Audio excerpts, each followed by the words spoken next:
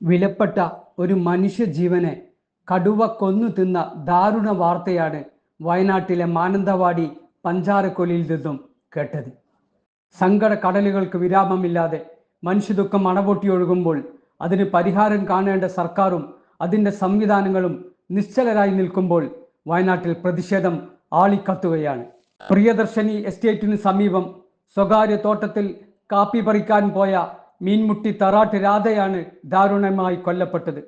കാപ്പി കൗങ്ങ് തോട്ടത്തിൽ വെച്ച് കടുവ രാധയെ ആക്രമിച്ച് കൊലപ്പെടുത്തിയതിനു ശേഷം 100 മീറ്ററോളം ഉൾക്കാട്ടിലേക്ക് വലിച്ചുകൊണ്ടു പോയാണ് ഭക്ഷിച്ചത്. തണ്ടർബോൾട്ട് സേനാംഗങ്ങളാണ് രാധയുടെ മൃതദേഹം കാണുന്നത്. പാതി ഭക്ഷിച്ച നിലയിലായിരുന്നു മൃതദേഹം. സംഭവം അറിഞ്ഞതോടെ നാട്ടുകാരുടെ പ്രതിഷേധം ആളിക്കത്തുകയും മന്ത്രി OR കേളുവിനെയും ഉന്നത ഉദ്യോഗസ്ഥരെയും തടഞ്ഞു വെക്കുകയും ചെയ്തു. സർക്കാർ നൽകുന്ന നഷ്ടപരിഹാരമൊന്നും ജീവൻ നഷ്ടപ്പെട്ട രാധയുടെ ജീവന് പരിഹാരമാവില്ല. അവരുടെ കുടുംബത്തിനുണ്ടായ നഷ്ടത്തിന് ആർക്കും പരിഹാരം നൽകാനുമാവില്ല. ഇത്തരത്തിലുള്ള സംഭവങ്ങൾ ആവർത്തിക്കാതിരിക്കാനുള്ള പഴുതടച്ച നടപടികളാണ് സർക്കാരിൻ്റെ ഭാഗത്തു നിന്നുണ്ടാവേണ്ടത്. വയനാട്ടിൽ കഴിഞ്ഞ 10 വർഷം കൊണ്ട് കടുവയുടെ ആക്രമണത്തിൽ 8 പേരുടെ ജീവനാണ് നഷ്ടപ്പെട്ടത്. ആനയുൾപ്പെടെയുള്ള വന്യമൃഗങ്ങളുടെ ആക്രമണത്തിലും നിരവധി പേർക്ക് ജീവൻ നഷ്ടപ്പെട്ടിട്ടുണ്ട്. വന്യമൃഗങ്ങളും മനുഷ്യനും തമ്മിലുള്ള സംഘർഷാവസ്ഥയ്ക്ക് പരിഹാരം കണ്ടില്ലെങ്കിൽ ഇനിയും ഇത്തരം ദുരന്തങ്ങൾ ആവർത്തിക്കും.